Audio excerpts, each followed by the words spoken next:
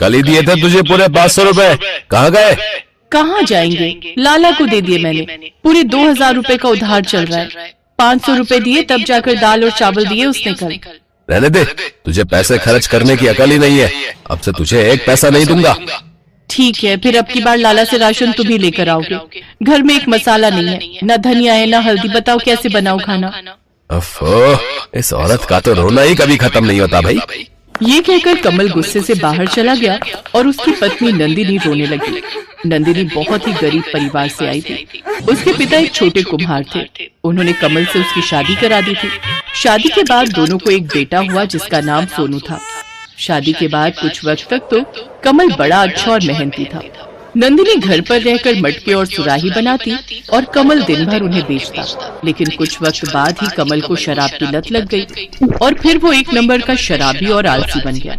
वो जितने पैसे कमाता सब के सब शराब में उड़ाने लगा।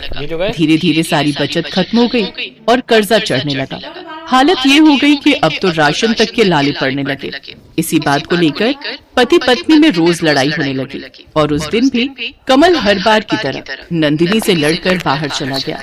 उधर अपनी माँ को रोते हुए देखकर सोनू ने उसके आंसू पोंछे। माँ, आप फिक्र मत करो, मुझे अभी भूख नहीं लगी। अच्छा, सुबह से खाया ही क्या है तूने जो तुझे भूख नहीं लगी?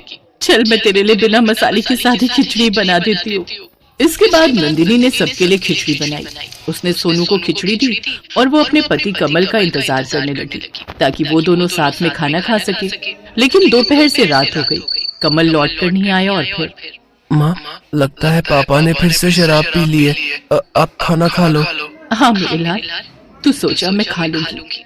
नंदिनी कमल के इंतजार में भूखी ही सो गई। ऐसे ही कई दिन बीत गए। दिवाली नजदीक थी। नंदिनी ने कमल से छिपकर खुद मिट्टी के बर्तन बेचने शुरू कर दिए और इसी से कुछ पैसे भी जोड़ लिए थे उसने। और फिर जब एक दिन वो पैसे गिन रही थी तब। माँ, आप इन पैसों से क्या करोगी? बेटा, धनतेरस पर एक अच्छी सी कढ़ाई लेकर आऊंगी, फिर तुझे बढ़िया पूरी और सब्जी खिलाऊंगी। वो पुरानी वाली कढ़ाई टूट गई है ना। वाह, फिर तो बहुत मजा आएगा। अच्छा माँ, पापा आए थे क्या? नहीं, वो नहीं आए। चल तू जा खेलने, मैं कुछ बनाती हूँ तेरे लिए। और फिर धनतेरस का दिन भी आ गया। उस दिन नंदिनी ने बाजार से नई कढ़ाई खरीदी। उसने सोचा कि अब दिवाली पर वो नई कढ़ाई में बढ़िया खाना बनाएगी। लेकिन उसी रात जब सोनू और नंदिनी सो रहे थे तभी उसे रसोई से कुछ आवाज आई। उसने उठकर देखा तो उसे कमल जाता हुआ दिखाई दिया।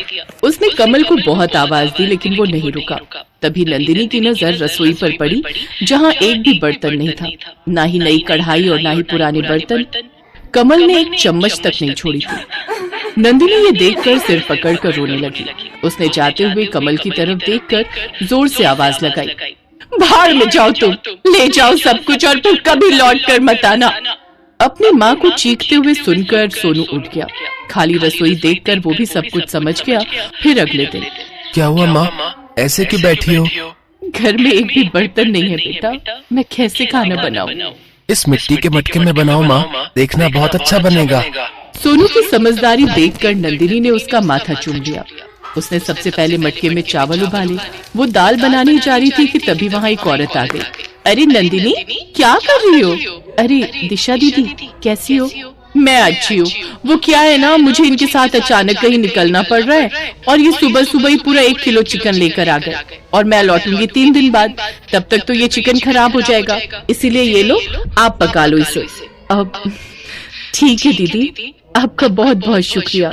उस दिन दिशा जाते हुए उसे ढेर सारा चिकन दे गई। चिकन तो नंदिनी के हाथों में था लेकिन उसे समझ नहीं आ रहा था कि वो उसे बनाए कैसे। तभी सोनू फिर से बोला, क्या सोच रही हो माँ? बेटा, चिकन तो आ गया लेकिन बनाओ किसमें? चावल निकालकर उसी मटके में बनाओ माँ, मजा आ जाएगा। पहली बार मटका चिकन खाकर। ये कर तो सकते हैं। और फिर उसने उसी मटके में चिकन बनाना शुरू किया। बहुत देर बाद वो चिकन बना रही थी और मटके में तो पहली बार।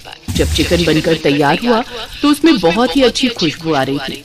नंदिनी ने सोनू को चावल के साथ चिकन दिया और फिर पहला निवाला खाते ही, माँ, क्या कमाल का चिकन बनाया है आपने।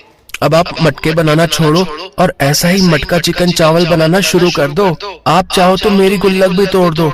हम मिलकर एक ठेला लगाएंगे जिसमें आप मटका चिकन चावल बनाकर बेचना। कसम से माँ, पूरा गांव आएगा खाने के लिए। सोनू उंगलियां चाट चाट कर चिकन चावल खा रहा था। ये देखकर नंदिनी की आंखों में खुशी के आंसू आ गए। तभी वो कुछ सोच कर उठी और वहां से सीधा गांव के सुनार के पास पहुंची। उसने अपना मंगलसूत्र सुनार के पास गिरवी रख दिया और उससे मिले पैसों से कुछ बर्तन खरीद लाई। इसी तरह शुरू हो गया उनका मटका चिकन चावल का ठेला। सोनू काम में अपनी माँ की पूरी मदद कर रहा था। शाम तक नंदिनी की लागत के साथ साथ अच्छा खासा मुनाफा भी उसके हाथों में था। सोनू एकदम सही था। गांव के लोगों को मटके में बना चिकन और चावल बहुत पसंद आए। अरे वाह सोनू, हमने तो पहले ही दिन अच्छी खासी कमाई कर ली। चल जल्दी चल, अब कल के लिए तैयारी करेंगे। बीतते वक्त के साथ उनकी तरक्की बढ़ती ही गई। अब नंदिनी की मटका चिकन चावल की बड़ी सी दुकान थी और दुकान के ऊपर ही एक शानदार घर। सोनू बड़ा हो गया था। वो अपनी मोटरसाइकिल स्टार्ट कर ही रहा था कि तभी वहाँ एक अधेड़ आदमी आया जिसने एक फटा पुराना कंबल लपेटा हुआ था। वो कमल था। उसने सोनू को देखते ही आवाज लगाई, सोनू, मेरे बच्चे। पापा, आप कैसे हो? आप? मैं ठीक नहीं हूँ बेटा, लेकिन तू कितना बड़ा हो गया है तू। मैं गया था घर, पर पता चला कि तुम लोग वहाँ से चले गए हो। तू यहाँ इस दुकान में काम करता है क्या? नहीं पापा, ये मटका चिकन चावल की मशहूर दुकान हमारी है और ऊपर हमारा घर। माँ अभी बाहर गई हुई है, मैं उन्हें लेने जा रहा हूँ। पर आप ऐसे मत जाना, दुकान से चिकन चावल खाकर ही जाना। और हाँ, पैसे देने की जरूरत नहीं है। सोनू की बातों से कमल को समझ आ गया था कि अब उसकी वापसी की कोई उम्मीद नहीं है, क्योंकि नंदिनी और सोनू